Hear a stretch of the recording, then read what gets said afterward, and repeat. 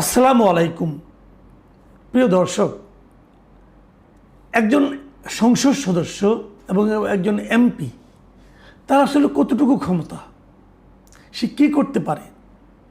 তিনি আইন প্রণয়নের জন্য জাতীয় সংসদে বসতে পারেন, অন্য আরও 299 জন এমপির সঙ্গে বসে উনি আইন প্রণয়নে তার যে ভূমিকা সেটুকু রাখতে পারেন। কিন্তু তিনি কি একজন ওসিকে চাইলেই সরিয়ে দিতে পারেন? তিনি কি চাইলেই একজন সেনাবাহিনীর কর্মকর্তা, একজন মেজরকে চেঞ্জ করে ফেলতে পারেন? তিনি কি চাইলেই প্রশাসনের যে কাউকে ওনার ইচ্ছা মতো যখন তখন যে কোনো জায়গা থেকে অন্য এক জায়গায় বদলি করে দিতে পারেন? এটা তো পারার কথা না। আইন অন্ততপক্ষে তা বলে না। এ ধরনের চাওয়া মাত্র একজন লোককে সরিয়ে দেওয়া যায় একমাত্র যদি তার বাসার কাজের লোক হয়, থাকে সম্ভব যে তুমি আমার কাজের লোক, তুমি কালকে থেকে নাই, যাও এখান থেকে, বিদায় হও, এটা সম্ভব।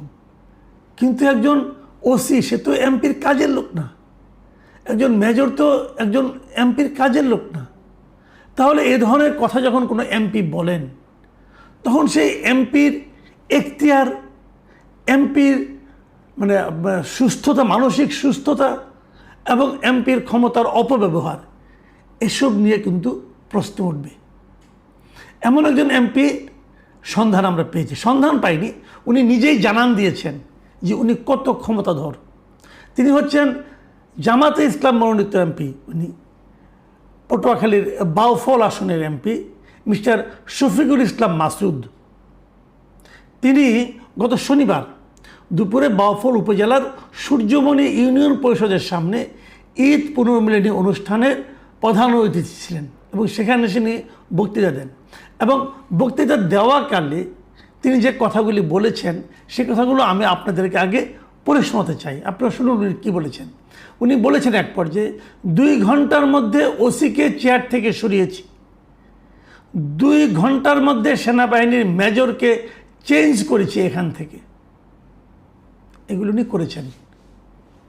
একজনকে চেয়ার থেকে সরিয়ে দিয়েছেন, আরেকজনকে চেঞ্জ করে দিয়েছেন। একজন পুলিশের উপজেলা থানা প্রধান, আরেকজন একজন সেনাবাহিনীর মেজর, এবং উভয় ক্ষেত্রে তার সময় লেগেছে মাত্র 2 ঘন্টা। তিনি আরও বলেছেন কি দেখেন, অনেকে বলে ভোটে এমপি হইছেন, আমি বলি খালি ভোটে এমপি হই নাই, পাওয়ারেও এমপি হইছি। পাওয়ার দেখাইতে আসবেন না, পাওয়ার দেখাইবে 5 লক্ষ মানুষ।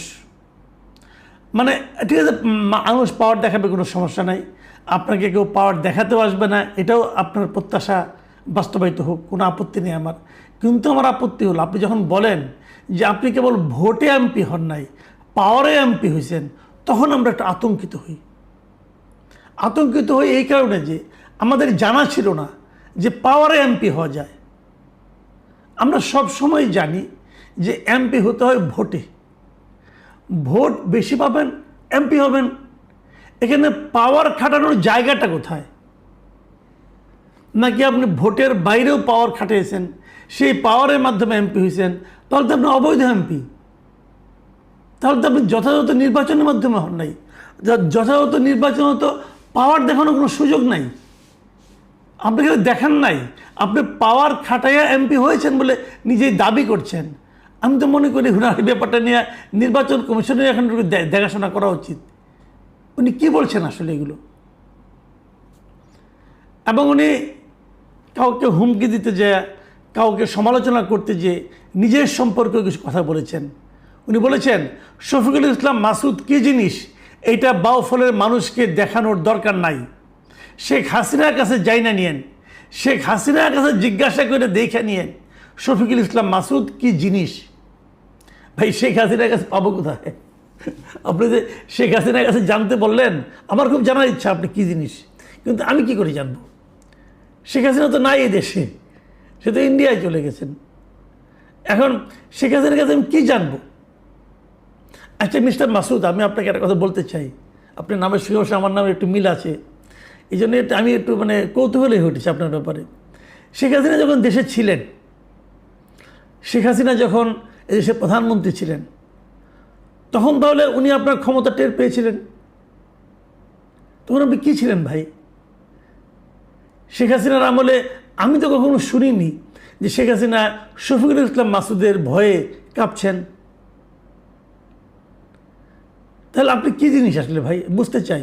আবার আরেকটা যে উনি যে কী জিনিস এটা প্রমাণের জন্য আরেকটা কথা বলেছেন যে রাজশাহী বিশ্ববিদ্যালয়ে খোঁজ নিয়ে যাইনেন, ওইখানকার সবচেয়ে বড় সন্ত্রাসীর কাছে জিজ্ঞাসা করেন শফিকুল ইসলাম মাসুদ কী জিনিস। মানে একজন সবচেয়ে বড় সন্ত্রাসী রাজশাহী বিশ্ববিদ্যালয়ে, তিনি জানেন যে আপনি কি জিনিস। এই যে একজন সন্ত্রাসী জানেন আপনি কি জিনিস, আর কেউ জানে না, এটা কি আপনার জন্য বাড়তি কোনো সম্মান বয়ে আনে? আমি বুঝতে পেরেছি আপনি একটু উত্তেজিত হয়ে গিয়েছিলেন, কিন্তু এই উত্তেজনা আপনাকে কোথায় ওঠাচ্ছে অথবা কোথায় নামাচ্ছে সে বিষয়ে কি কোনো খেয়াল আছে? ভাই মাসুদ সাহেব, আমি আপনাকে একটা কথা বলি, আপনি তখন আর আগের মতো না। আপনি কিন্তু এখন কেবল জামাত নেতা তা না, কিন্তু আপনি এখন একজন সংসদ সদস্য। ওই এলাকায় যারা জামাত না করেন আপনি তাদেরও সংসদ সদস্য। কিন্তু এমন কিছু কেন বলেন যার মাধ্যমে সংসদ সদস্য হিসাবে আপনার যে অবস্থান সে অবস্থানটা ক্ষতিগ্রস্ত হয়? কেন বলেন? তবে উনি শেষ দিকে কিছু কথা বলেছেন যেটা আমার কাছে খুব ইন্টারেস্টিং মনে হয়েছে, সেটা আপনাদের একটু শেয়ার করি। এটা অতটা বিতর্কিত না, আমার এই কথাটা পছন্দ হয়েছে। উনি বলেছেন শেখ হাসিনা উন্নয়ন তো কম করে নাই, তারপরও পালানো লাগছে কেন? উন্নয়ন করে যদি টিকে থাকতে পারতো তাহলে বাংলাদেশে একমাত্র শেখ হাসিনার টিকে থাকার কথা, কিন্তু পারে নাই কেন? আমার সেই কথাটা পছন্দ হয়েছে। এই কথাটার মাধ্যমে আপনি একটা সত্য কথা বলছেন যে কেবল উন্নয়ন দিয়ে ক্ষমতায় টিকে থাকা যায় না। ক্ষমতায় টিকে থাকার জন্য আরও কিছু বিষয় লাগে। মানুষের আত্মসম্মান নিয়ে বাঁচার যে অধিকার, সেই অধিকারটাকে যদি সম্মান না করতে পারে কোনো সরকার, তাহলে সেই সরকারের জন্য টিকে থাকা আসলেই কঠিন হয়। যেটা উনি ওনার পরের সেন্টেন্সগুলোতে বলেছেন। তিনি বলেছেন, শফিকুল ইসলাম মাসুদ বলেছেন, রাস্তা দিছে, ঘাট দিছে, সেতু দিছে, এইটা করছে ওইটা করছে, কিন্তু মানুষের মনে কোনো আনন্দ ছিল না, মানুষের অধিকার ছিল না।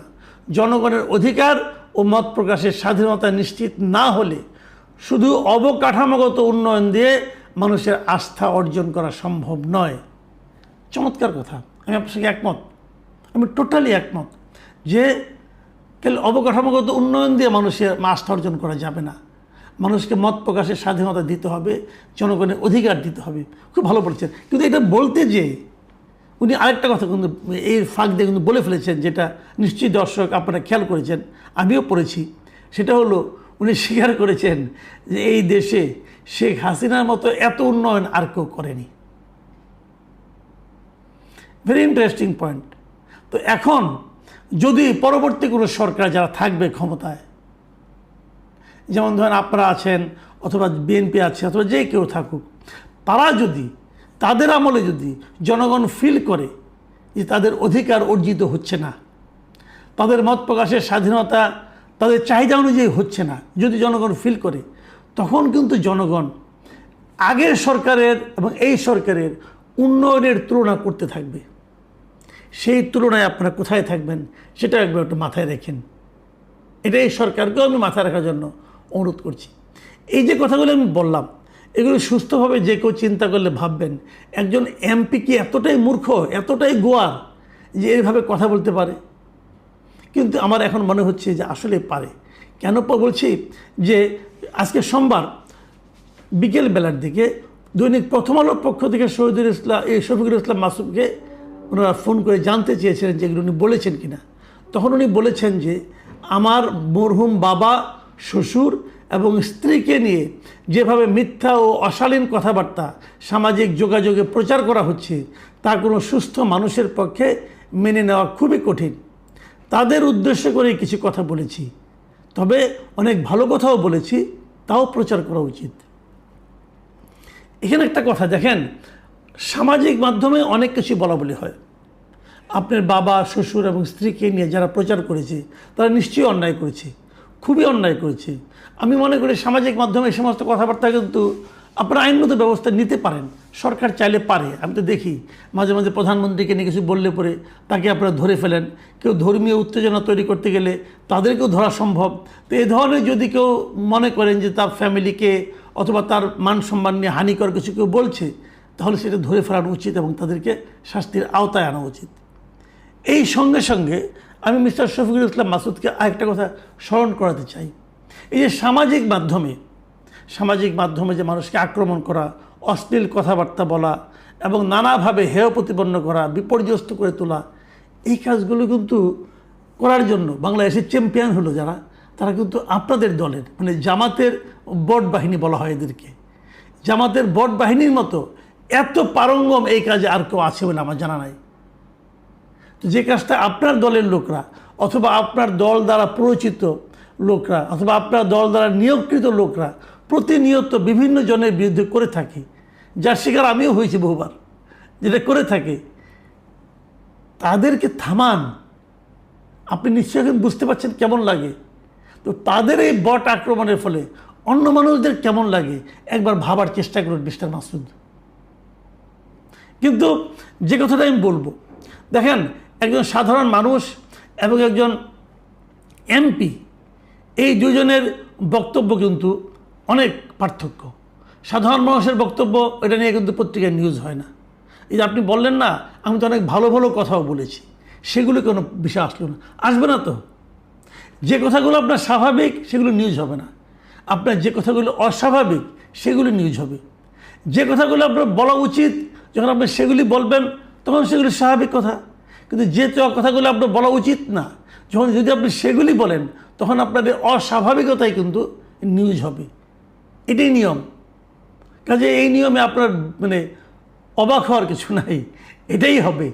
কাজে কথা বলার সময় আপনি যখন এমপি হয়েছেন, বড় একটা মানুষ হয়েছেন, তখন আপনার প্রত্যেকটা কথা লোকে অনুবীক্ষণ যন্ত্র দিয়ে দেখবে, এটাই নিয়ম। কাজে তারা যখন এটা আলোচনা করে, সমালোচনা করে, আপনারা বুঝবেন যে তারাই ঠিক করেছে, আপনিই ভুল করেছেন।